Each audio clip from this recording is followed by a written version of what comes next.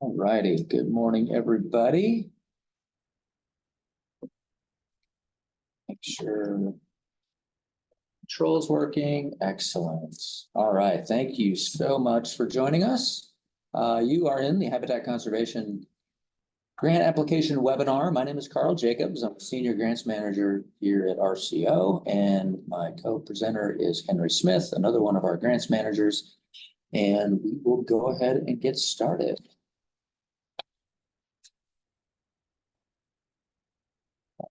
Didn't work. No, I'll do it this way. There we go. All right, so 11 a.m., like I said, this is our Habitat Conservation webinar. We have 4 webinars today. We decided to split it up this year. So this morning was parks, and then this afternoon, land and water, and then working land. So if you have an interest in those programs, tune in this afternoon. The one from this morning was recorded. You'll be able to go back and look at that webinar as well if you're interested in those grant programs. All righty, so today we're going to just give you a little overview about RCO, introduce our grants managers, go through the major application steps. Henry's going to dive into some details on the grant programs and how you might choose what's appropriate for your project. Tell you a little bit about Prism Online, our system for applying for grants. Tell you about project evaluation, and then wrap up with some miscellaneous items and questions. So a little bit about us, RCO. Our primary business is managing grants, giving away money. And we have 2 sides of the house, essentially. So recreation conservation, that's our side. That's what we're doing today. There's also a salmon recovery side of the house. So just wanted to point that out. So on our side, recreation conservation, we do a little bit of everything that is outdoor rec. So we build parks, we build trails, urban, rural, backcountry, all kinds of trails. We do boating facilities, motorized like what's shown here, as well as non-motorized boating. Working lands, so we have a farmland and forest land preservation program. We also have a relatively new community forests program. There's a webinar this afternoon at 3 that's going to dive into the details of our working lands grant programs. We provide grants for water access.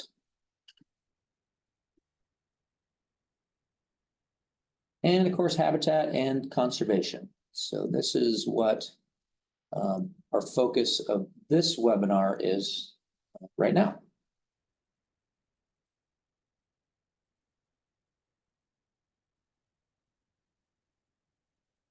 Okay, so this is a list of just in general, these are the types of projects we can fund. We do acquisition, development, restoration. Note that not every type will be eligible in every grant program. They are eligible in most, but just keep an eye on that when you're looking at the details of each grant program. Similarly, here's a long list of all the eligible applicants in general, but again, not every applicant type is necessarily eligible in every grant program. So please refer to our website and the grant manuals to verify eligibility. And here we are, the friendly faces of the Recreation and Conservation Grants team, all of your grants managers.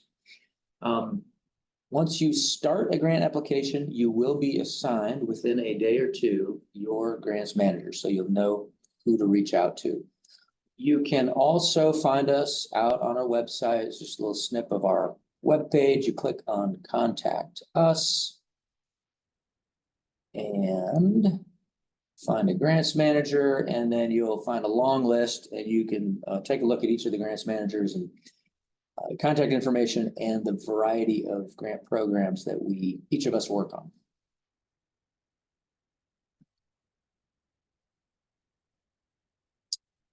All righty, so we will have time for some Q&A at the end today. we ask that you please, if you can, hold your questions till the end, because we will likely answer most of your questions during the webinar. Also, just a note that we won't have time to dive into, if you have a real detailed project-specific question, we just won't have time to dive into that. There's, not enough time, a lot of folks on this webinar. So, but if you do have something project-specific, reach out to your grants manager in the next few days or weeks to talk about your specific project. We can, however, help today if there's higher level questions about our programs, the process, the categories, eligibility, please do. And then we're using the Q&A feature. So if you do have a question, type it into Q&A. The chat has been disabled, although we are posting some things in chat that you should be able to see. You should be able to see some links and other information in the chat. You just can't respond in the chat. All right, so what's new? We have a cost increase policy, but note that this is only for exceptional economic times, and it requires our board to make a declaration. So this isn't like a standard cost increase policy. It just came out of we did something similar in COVID. This just gives us a little more flexibility moving into the future if something similar happens. And then the other thing that's not really new, more of a reorganization, but what we've done is merged a lot of the existing details into the program manual. So if you open up, like for example, manual 10B, which is the most of what we're covering today, you'll see all the existing rules, time extensions, time limits, inspections, etc. And we've done that it'll just help so you're not flipping back and forth between so many of our manuals. All right, I'm going to talk just about a couple of basic requirements that we have. One of them is planning eligibility. So we do require, in order just to be eligible to apply, that you have a current comprehensive plan on file with RCO. Those plans are due March 1st. That is right around the corner here. Hopefully you heard from us last year. I know Nick, our planning specialist, has started reaching out about a year ago just to if folks' plans were expiring, to make sure you start that process and get something in place. They are effective for 6 years, and most of our applicants probably already have one on file. So you can see that we have a list of organizations for whom we already have a plan on file. Maybe you've adopted one and we just don't have it, and you just need to turn that in. So reach out to Nick if you have questions, or look at our website if you think we might be missing your plan, or you need to get that turned in to establish eligibility. If you are a first-time applicant, you have to submit a legal opinion. That's by the technical completion deadline. We do have standard forms available to help with that, and you only need to do that once. So if you applied for a grant last grant round or 10 or 15 years ago, you already have one on file, you're good to go. So it's only if you're a first-time applicant to RCO. And then finally, all of our applications require an applicant resolution or some sort of authorization. We do have a standard form that you need to follow out on all of our grant program web pages, also due by the technical completion deadline. Just a reminder, you're going to want to review our grant manuals, and we have a lot of grant manuals. And they're organized. We have some that are by project type. So if you have an acquisition or development or restoration project, you want to grab that manual, take a look at it, depending on your type of project. We have some general rule kind of manuals about long-term obligations and reimbursements. And then there's program-specific manuals. Lots of those. Today in this webinar, we are covering Manual 10B, which is the Habitat Conservation Account in WWRP, the Washington Wildlife and Recreation Program, and also ALEA, the Aquatic Lands Enhancement Account. The other thing you want to take a look at is the applicant's to-do list. Those are super helpful. We have created one for each program or grant category, and that just gives you the step-by-step process from A to Z tells you the deadlines, the requirements, what you have to submit by when. Super helpful. It'll help make sure you stay on track.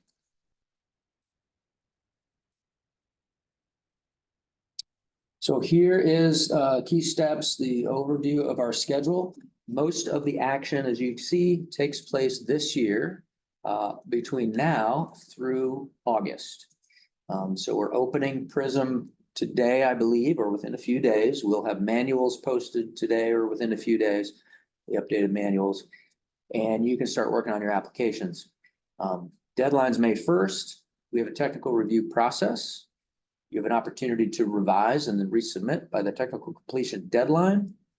Evaluations will be in August. And at that point, it's basically kind of sit and wait. We go to our board to adopt a preliminary ranked list, submit our budget request, and we have to wait for the legislature to get through the budget process for funding. Hopefully, if the budget is on time, it will be July of next year. Matching share, most of our grants do require match.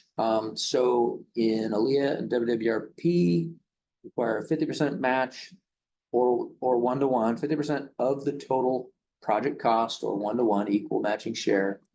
Note that 10% of that must be in the form of a non-federal or non-state contribution. That 10% rule, however, does not apply to Native American tribes. And so what that means is just, some sort of local source. That's typically just local funding. It could also be a private grant, could be donations. Also note in WWRP, state agencies are not required to provide match. Just a few more items here of what does count as match. I mentioned just local appropriation or cash, bond money, donations, other grants. We see a lot of conservation futures used in match, especially in these conservation habitat programs. So there's a whole variety of things that work as match. Getting paid. So once you have a grant and you're spending money, how do you get paid? Well, we operate on a reimbursement basis. So you have to spend the money first, send us a bill. We will pay our share, and that percent share is outlined in the grant agreement, typically based on what you propose and what's in your final approved application. Could be 50-50, could be overmatched, but whatever that share is, we're going to pay out our share. It is limited to your out-of-pocket costs. We do not allow advances on our side of the house, recreation conservation grants. However, for acquisitions, we can pay into escrow. So if, and for some folks, that's helpful. So that is an option. Take a look at Manual 8. That's our reimbursement manual for all the details. Just a little bit on acquisitions, because that's what we see a lot in our conservation grants. So review Manual 3 carefully. All acquisitions are required to follow the rules that are outlined there, even before you receive funding. So if you don't have to start anything early, but if you're starting to reach out to potential sellers, landowners, you want to provide adequate notice. Maybe you're starting in on appraisal review. Maybe you're pulling a preliminary title. Take a look at Manual 3 just to make sure you're doing things per our policies to maintain eligibility. And again, resources are available, our Manual 3, and then we also have what we call our acquisition toolkit, which is out on our website. Local jurisdiction review and conferral. This is required for all acquisitions in WWRP. It's not required in our other programs. And it's essentially a two-step process where you need to initiate the review or the conferral with the local jurisdiction. That's due by May 1st. To submit documentation that has started. And then that needs to be completed by the technical completion deadline, which is July 11 for WWRP Habitat. For ALEA, I believe it's July 18th, but we can double check that. And we do have forms available out on that acquisition toolkit that I mentioned. So we made it pretty easy for you. We have both the, a form that can document, hey, we've started this process, and then a form to document that it's been completed. Waiver of retroactivity. This is something you're going to need to do if you need to acquire property prior to having a signed grant. Now, in most cases, folks, wait till you have a grant in place before spending the money and buying the land. But occasionally, there may be a situation where you need to buy the land sooner. The seller can't wait. They're ready to sell. There's, the opportunity is going to be lost if you don't jump on it. If that's the case, reach out right away. Request a waiver of retroactivity. There's a standard checklist there that's out on our toolkit. I think those are also listed in Manual 3. Get this to us right away so we can get you approval of the waiver. And what that does is it maintains eligibility of the property costs. So if you do win a grant, those costs become eligible. But note, however, this is not a guarantee of funding. You still have to apply and compete, get evaluated. So you are proceeding a bit at your own risk.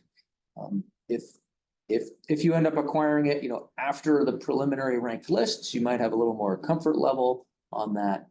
But yeah, but do reach out about a waiver if you're going to be applying sooner. All right, I'm going to pause for a minute and jump back. Our director, Megan Duffy, just popped in the room and wants to say hello. So I'm going to get out of the way and let. Well, Sir. I'll just roll into the screen. Hi, everybody. Thank you for being here. We're thrilled that you are showing up as potential applicants. It's through all of your good work that we get great projects on the ground. So having you here and having you willing to compete for this funding is important for the state, important for the folks that live and visit here. So thank you for your time. Thank you for your efforts. We're glad to have you here, and good luck this year. Thank you. I'll roll out of the way again. Excellent. Thank you, Megan. Appreciate that. All right, let's see if I can jump back. Where we left off here, acquisitions, talking about the waiver. Okay, don't forget about your incidentals. And there are a few that I've highlighted there in that sort of greenish yellow that are going to be required with every acquisition. You got to get an appraisal and a review. You're going to have closing costs, recording fees. You're going to need to get the title report, ultimately title insurance. But there's a long list of other incidentals that are eligible. Those are not required, and you're not going to need them in every transaction. But if you do, please include that in your application along with whatever money you need. Request that in your application to get all that work done. Similarly, administrative costs are eligible. There's a list there. That's just a snip from the manual. That is limited to 5% of the total property and incidental costs. That's typically enough, although we can approve small increases on a case-by-case basis. In our development and restoration grants, we call this A&E, architectural and engineering costs, and there's a 20% limit for those grants. Touch briefly on geographic envelopes. So we do allow multi-site acquisitions within geographic envelopes, and these are typically an adopted long-term boundary of some sort. Could be a park, a natural area, conservation area, and you could have a goal, obviously, of buying up all the property within your established long-term boundary. And that's okay. So you can identify multiple parcels within that geographic envelope that you're going after. You do need to identify what those specific acquisition targets are, those properties are. Identify your primary targets and, a few secondary targets. Sometimes properties fall through, there's unwilling sellers, and so you have a property as a backup. Include a written acquisition strategy and maps in your application to go along with that. And then just a few notes. Again, you are expected to purchase those primary targets. However, if one does fall through, you can request, we can amend in like a secondary property. And then don't oversell your product. Don't list more than you're budgeting for. You really want to just list the projects you know you can afford with the grant and or match that you're proposing. If there are other properties, split it into phases and bring in another application in the next grant cycle. All right, so that's what I have. I'm going to pass it to Henry so he can dive into some of the details of the grant programs.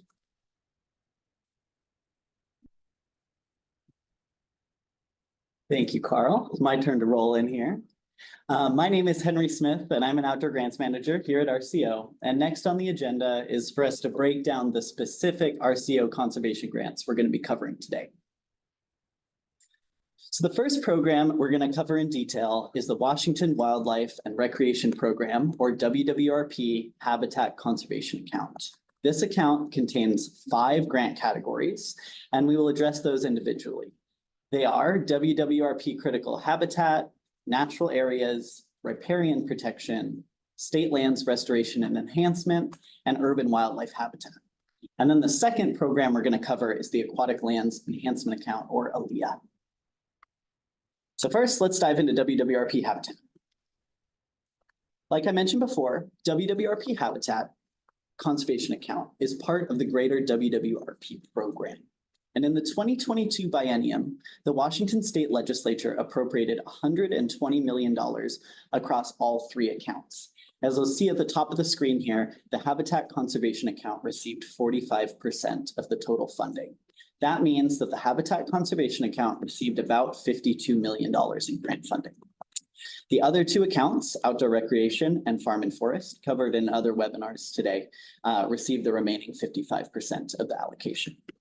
Each Habitat Conservation Account category receives a percentage of that funding shown here.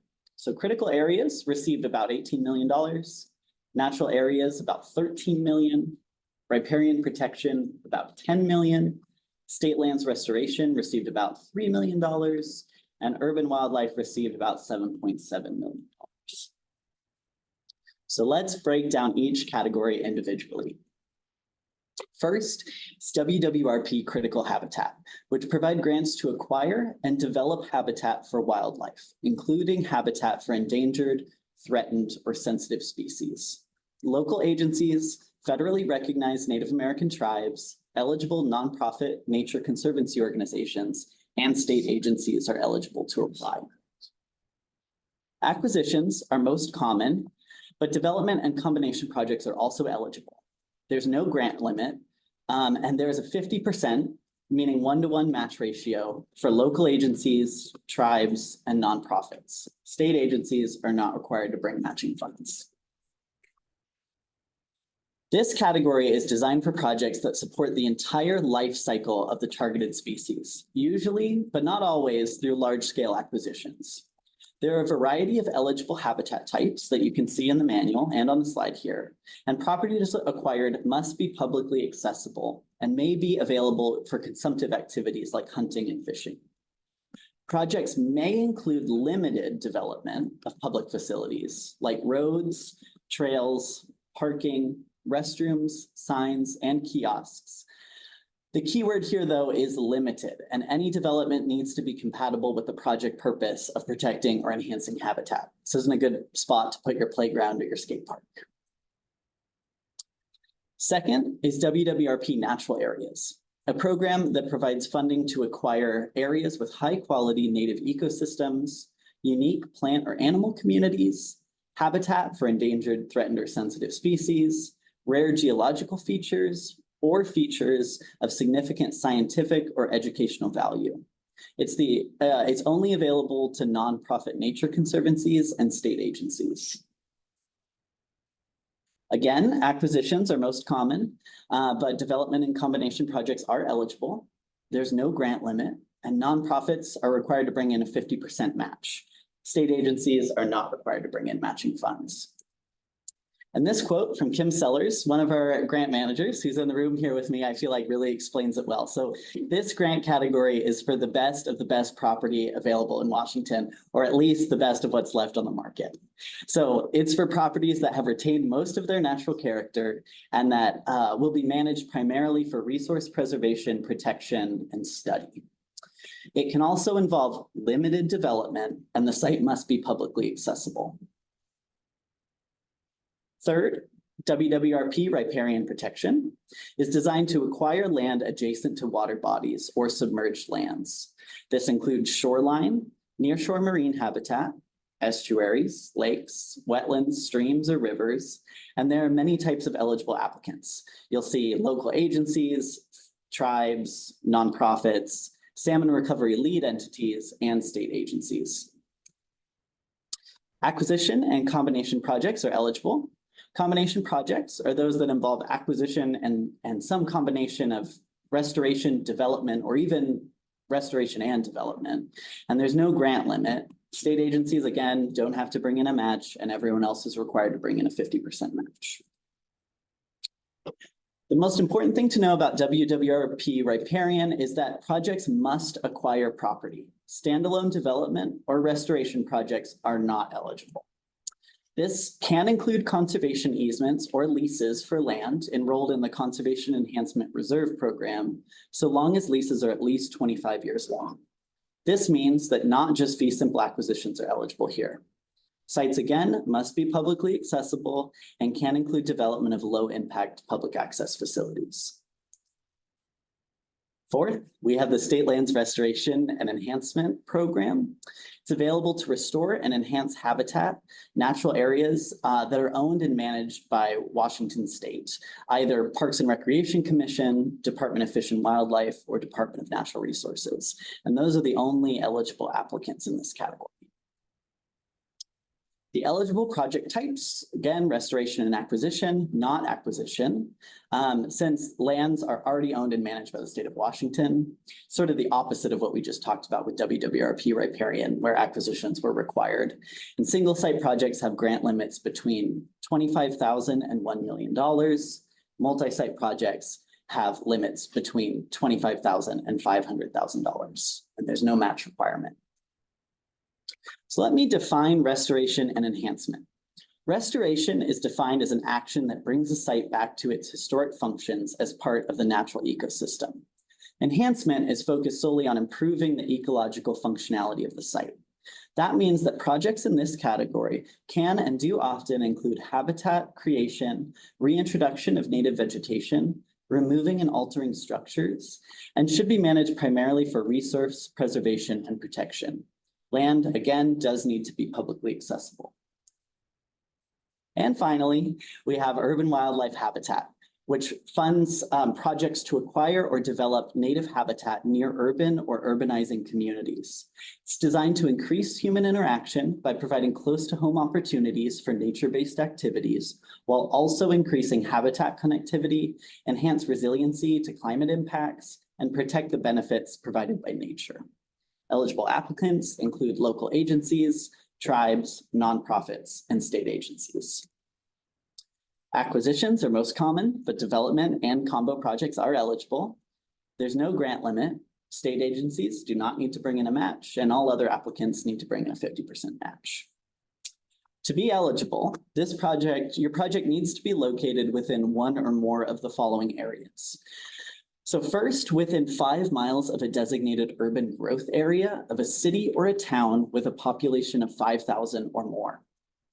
2, within 5 miles of a designated urban cluster with a population of 5,000 or more.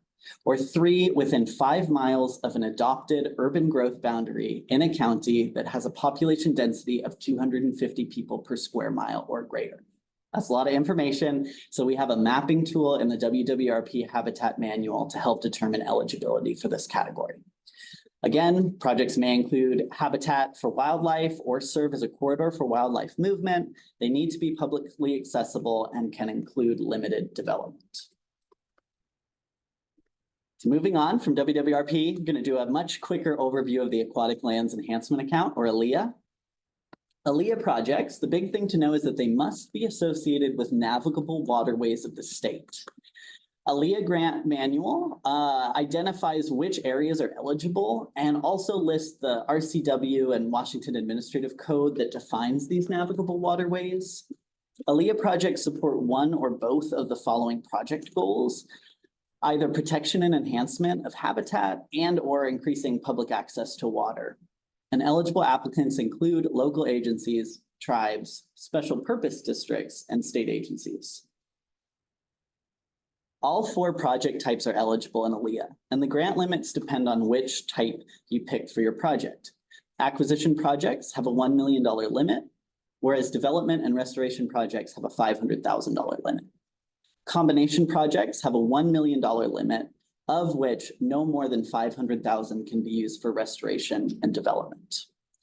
ALEA has a 50% match requirement for everyone, and these grants can be used to match WWRP water access, which was covered in the webinar this morning at 9 a.m. for parks, as well as WWRP riparian protection, salmon grants, and more. And a pretty cool feature of ALEA is that in the last 3 grant cycles, the full ranked list has been funded. That's ranged between $5 and $12 million per biennium.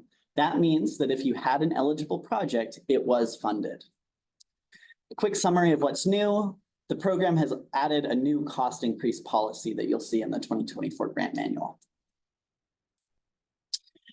So I understand that was a lot of information, and it's all available in our grant manuals and on our website. But before we move on, I wanted to give you one more way to think through choosing which program is best for your project. And that's to ask yourself the question, does your project involve restoration?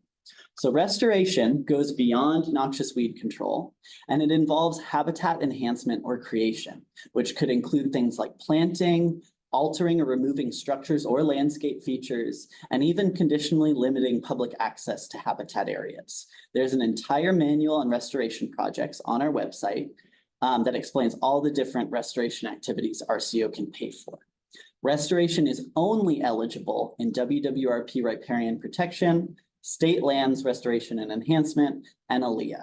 All other categories cannot pay for restoration activities. That might be helpful for filtering through which grant category you think fits best with your project. And now I'm going to turn it back over to Carl to talk about PRISM.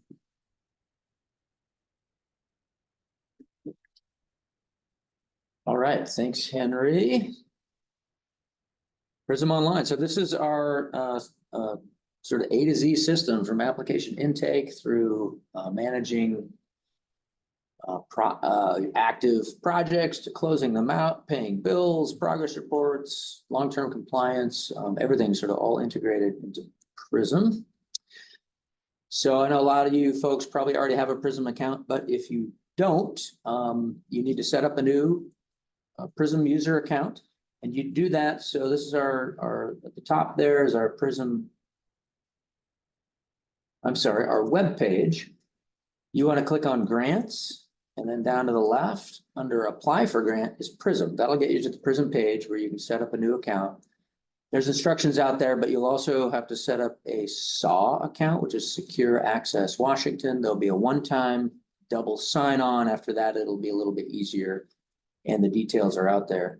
And then that lower graphic, I just want to point out on virtually every page on our website has a quick link to the PRISM login, which is handy. So if you, once you have an account, you can just click the login at the top of the page and get right into PRISM.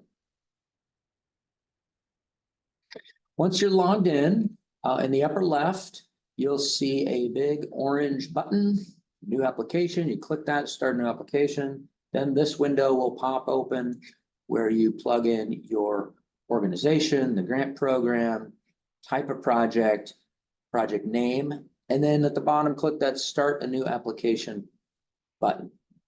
That officially starts your new application, launches it, and you'll get to this page. So here's what the application looks like. There's a lot of pages you see there in the navigation tree that you scroll through and fill out. And the next button will so there's a save button, but it also works if you just click next. That auto saves, which is a handy feature, and you can log in and out as much as you want or need over the next couple months while you are filling out your application, and it'll save all your progress. There's just a few common application requirements.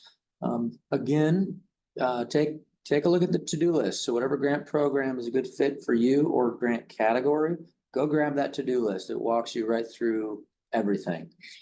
Some of the common requirements, so authorizing resolution, everyone needs to do that. If you're applying in WWRP habitat, one of these categories, you'll need to provide an environmental benefit statement. Acquisitions require landowner acknowledgement. Acquisitions in WWRP require that local jurisdiction review and conferral that we discussed earlier. There's a whole variety of maps that are required. You'll want to upload some good photos, some ground shots, some aerials if you can get them. Some projects will need site plans, development or restoration site plans. And those types of projects also need to provide control and tenure. It's a lot, so don't wait, start early, get in there and start filling it out, start scoping your project, and just so you're ready to submit by May 1. All right, a little bit about grant evaluation. So every grant program and or category has its own set of evaluation criteria. So if you pull the grant program manual, so for example, manual 10B is WWRP, go to section 4. It's in section 4 of all of our manuals where you find the evaluation criteria. So each one of these categories has a different set of criteria, and pay attention because this is how you're going to be scored and ranked and ultimately potentially funded if you score high enough. So pay attention to these. This will help you figure out if your project is a good fit and competitive. Evaluation process, we have two types. There's some categories, programs that use a written process. So that's where you're writing responses to the evaluation criteria. And then also all the materials in your PRISM application are used to help with that evaluation. Just one note, just double check character limits and page limits. So some of this is embedded right in your PRISM application where you're writing several paragraphs in a text field in PRISM, and there'll be some character limits. And then pay attention to page limits for some of your attachments, and those will be noted on the to-do lists. Let me go back. Our other programs and categories use a virtual oral presentation using PowerPoint. So you're going to put together a PowerPoint to address all the criteria and then present that remotely, virtually, to the evaluation committee. The committee also has access to your application materials. So they'll see your attachments, your metrics, your costs and budget, all that other information is also available. Note that there's a technical review meeting where that's optional, but it is highly recommended. You have an option to basically a practice run, go through your PowerPoint, get feedback, we return it, then you can tune it up, make changes, and resubmit. Just a reminder about the key steps. So we're just kicking off applications. Those will be due May 1. Technical review, which I just mentioned, is going to happen in May. Then you'll have a chance to resubmit by the technical completion deadline in July. Valuations will be August. At that point, we wait for the budget. Please take a look at the dates now. They are out on the website and also the to-do lists, and get them on your calendar, particularly the technical review meeting and the evaluation meeting. Just block those out as a placeholder, and just so you have that on your calendar. So when that rolls around, you haven't scheduled something else, vacations, other meetings, whatever. When those dates get closer, we'll schedule specific times. So you won't need to hang around all day during the evaluation, but you'll be scheduled, at 10 in the morning or 1 in the afternoon or whatever it might be. But for now, I'd say just block off those days on your calendar.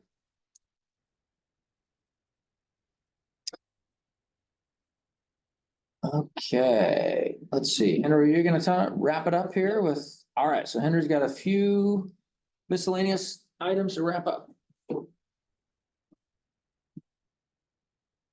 All right, let's take it home. So I'm here to talk about a few remaining considerations that are important as you prepare your grant application. Applications for WWRP critical habitat, natural areas, and urban wildlife require an additional deliverable as part of their applications, and that's called the Species and Communities with Special Status Table. Instructions and a fillable table are available in the application resources section of the WWR Habitat webpage on our website. But I wanted to call it out here because there are several sources of information that can be cited to complete this table. But DNR Natural Heritage Program has created instructions and a really useful database that you can use to help complete this task. The DNR database documents the locations of rare species and rare and high quality ecosystems across Washington, and the link to the tool is highlighted here. Again, it is only required in those 3 WWRP habitat grant categories. Another important thing to emphasize is cultural resources. Governor's Executive Order 2102 requires RCO-funded projects to be reviewed for their potential harm to cultural resources. All grant applications should request funding for cultural resources work. Please talk to your grants manager if you have any questions. The important thing to note here is that no ground disturbance can occur without clearance from RCO, including noxious weed removal, fencing, demolition, construction, and more. You need to receive a notice to proceed from RCO prior to beginning any ground disturbing activities. That's really important. It's also the applicant's responsibility to follow the most current accessibility codes and standards for development projects. We have resources on our website for making your project accessible. And again, if you have questions, contact your grants manager. You need to include money in your budget for making your project accessible. And a few miscellaneous reminders. For acquisition projects, you can't include the same property that's already in another funded acquisition grant from RCO. But you don't have to close on an acquisition grant before applying for a development or restoration grant on that site. You should talk to your grants manager early about what you plan to use as matching funds, if applicable. For most habitat conservation projects, buying land in fee and protecting it forever is most common. And if your project involves less than fee acquisitions like easements or leases, it should be very obvious in your application if it's even eligible in your grant category that you're looking at. If you're required to do a virtual oral presentation, I encourage you to use plenty of aerial photography to help contextualize the landscape. Evaluators are interested in who owns adjacent property and whether it supports your ultimate acquisition goals. And if there's anything weird or unconventional happening on your target properties, and this is not an exhaustive list, but existing commercial uses, animal grazing, agriculture, public access concerns, talk to your grants manager ASAP and explain the situation to them to make sure it's not going to make your project ineligible. If you are awarded a grant, here are some important steps to be aware of. So first, you need to execute an RCO grant agreement before starting your project. You need to comply with the milestones that are in your grant agreement and complete your project in a timely manner. And again, you need to receive an RCO notice to proceed prior to starting any ground disturbing work. While you manage an active RCO project, you're also expected to submit at least 1 billing per year for reimbursement and to submit at least 2 progress reports. You're also expected to maintain scrupulous record keeping and give notice to RCO in advance of any anticipated change to the scope of work or the originally proposed timeline or project features. Projects should be ready to be implemented upon funding. For this grant cycle, that will be July 2025 at the earliest. And after executing your grant agreement, complete your cultural resources review and permitting process before completing the rest of your project within 2 to 3 years. Please note that there are civil pre-agreement costs. Those include design, engineer, and permitting. So if you're starting some of that work now, make sure you keep track of how you spend that money so you can submit it for reimbursement later on, but please see our manuals for more information. After you complete your project, you still have long-term obligations to RCO as part of your grant agreement. Those obligations can last forever, so it's important that you're aware of each program's unique requirements. The WWRP Habitat and ALEA grant manuals, as well as Manual 7, long-term obligations, are where you find this information. RCO, your grants manager, will conduct an on-site inspection at project closeout to make sure that you followed what was in your grant agreement and met all of RCO's applicable policies and procedures. Additionally, RCO compliance staff visit funded projects throughout the entire length of the project's long-term obligations and complete compliance inspections. If you are found to be out of compliance with those obligations, you will need to correct the violation with support from RCO. After completing your project, notify RCO of any name changes, changes in ownership, etc. in advance so that they can be documented and corrected. Maintenance is your responsibility and sites must remain open and available to the public. Any income earned from an RCO funded project needs to follow the income use policies that are laid out in our grant manuals. And at project closeout, RCO will mail funding signs that need to be posted at the site. If the site signs are damaged, stolen, or go missing, contact RCO and we can send you replacements. And again, if anything changes, contact RCO immediately to discuss your options. Here are some useful links of resources that we discussed during this webinar. I believe they're also available in the chat. We'll be posting a copy of the slide deck as well, so these links should work. And it'll be posted on the RCO website in the coming days. All right, we're now happy to answer any questions you might still have, again, using the Zoom Q&A feature. Thanks so much for participating in today's webinar. Updated grant materials are going to be posted either today or within the next few days. So check that the manuals you're looking at say 2024 on the cover page and not 2022. And all of us at RCO are looking forward to learning more about your projects and supporting you in the application process. Application should be opening today, so go check it out and get started. And I'm going to hand over the controls to Carl one last time to answer questions. Thank you.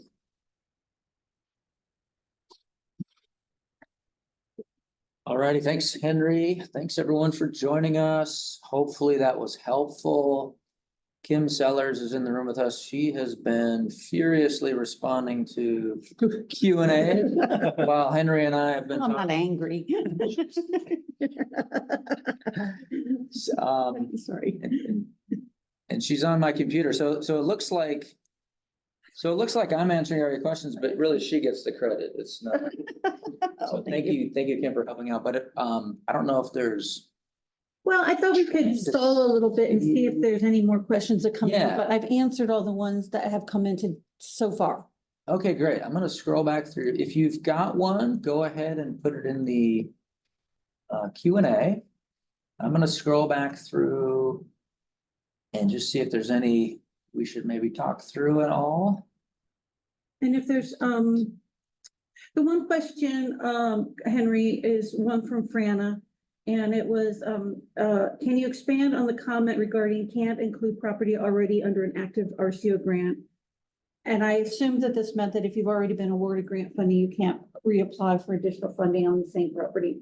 But I wasn't really, you might have meant something different, so I want to make sure. Yeah, that's a great question. So occasionally we see folks oversell their project and include too many acquisition parcels in a previous phase of their project that they can't actually end up acquiring. And you can't put a parcel that you want to acquire in two active grants. It would need to be amended out of the first project and then you could maybe include it in a application, but you can't have it be a large geographic envelope that includes the same parcels. Okay. Across two grant applications. Good, thanks. Hopefully that helps. Let's see, I'm just kind of scrolling through to see. Minimum acreage, no minimum acreage, and urban wildlife. Can you define public access? It is spelled out in the manual, and then Kim put that in there, but it's They're open and available to the general public. It does not mean you need to have it be fully developed or anything. You don't have to have parking and a trailhead and all that, but it cannot be closed off and gated and fenced and that sort of thing. Let's see. Oh, this is a good question. So someone asked about multiple different types of projects. So, you know, it sounds like they may have a trail project, a boating facility, a sport facilities. Can they submit just one application with all that stuff? And the answer is no. You want to split that up because each grant program is specific to different types of activities.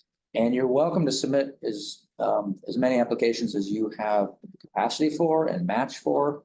So if you have a trails project, take a look at our trails grant. You have a boating project. We have a couple of boating facility grants, and we have lots of grants that do sport facilities, athletic facilities. And reach out to a grants manager. They can help with that. Let's see, this was a good question about if we have already spent some acquisition funds. Can those funds be used as match? So if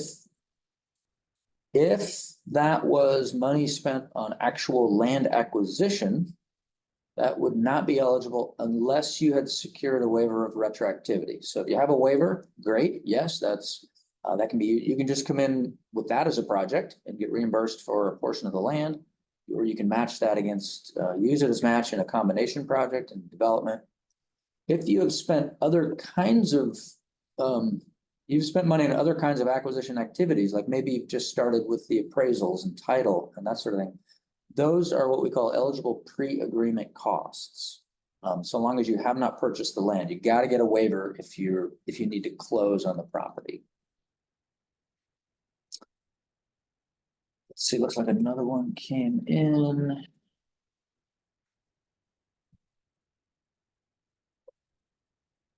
Oh, question about matching grants. You can match, obviously, other grants, federal, private, other state agencies, county, that's fine. You can also match 2 RCO grants so long as they are from different grant programs. So it can't be like 2 WWRP. It could be WWRP and salmon. It could be YAF and WWRP. We're not talking about those in this YF in this webinar. That's more park and athletic facility related. But yes, good question. All right, let's see. Any of the funding include acquisition of property for public campgrounds? We do have grants for that. We just didn't cover that in this webinar. So this morning, there was a webinar that covered most of our sort of park and recreation type grants. That is going to be posted to the web this afternoon at 1 o'clock, right after lunch. We have a webinar in the Land and Water Conservation Fund. That's a federal grant funding, and that does fund campgrounds. So we do have some other grants that cover those sorts of projects. I think that's about it. Anything else you guys spotted or thought of that would be helpful to share? One thought on the land and water campground question. I know that Land and Water does not want to displace businesses, local businesses. So if you do apply for a campground in Land and Water, they're going to want to see something that says that you're not taking business away from a local campground.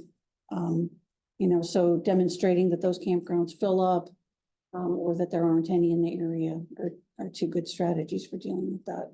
Interesting. Okay, so if there's other nearby, Yes. like similar facilities, okay. Yeah, they don't want to displace private businesses.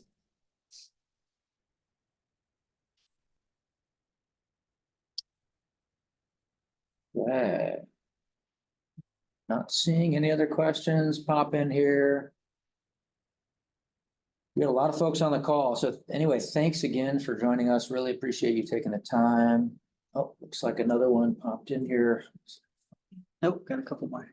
Yeah, a couple more. Yeah, go ahead and type in. We're here for you.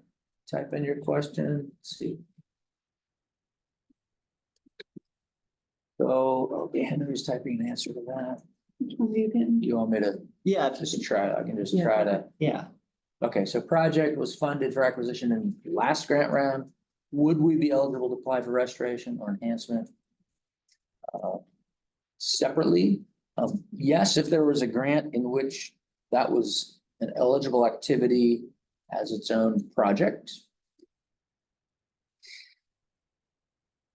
And yeah, you can reach out to your grants manager to talk about that more. Let's see, another question.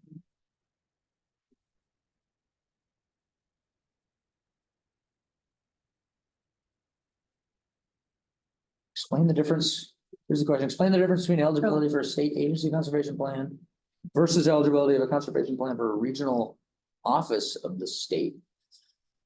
That's a good question. I would have to talk to Nick. Nick is on our policy team. He's the planning specialist who handles though. I honestly don't know. It sounds like maybe, for example, Southwest region of a state agency adopted a plan, but it's not statewide or something like that. And I honestly am not sure. That might be okay if the project is in that region, but I'm not sure if we have run into that. So definitely reach out to Nick Norton. His contact information was on one of our slides, also out on our website. There's a planning web page out on our site.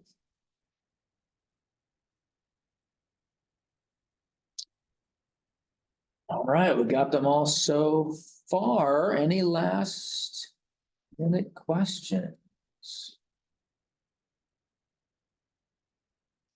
All right. Well, thanks again, everybody. Really hope this was helpful. Do not hesitate to reach out with questions.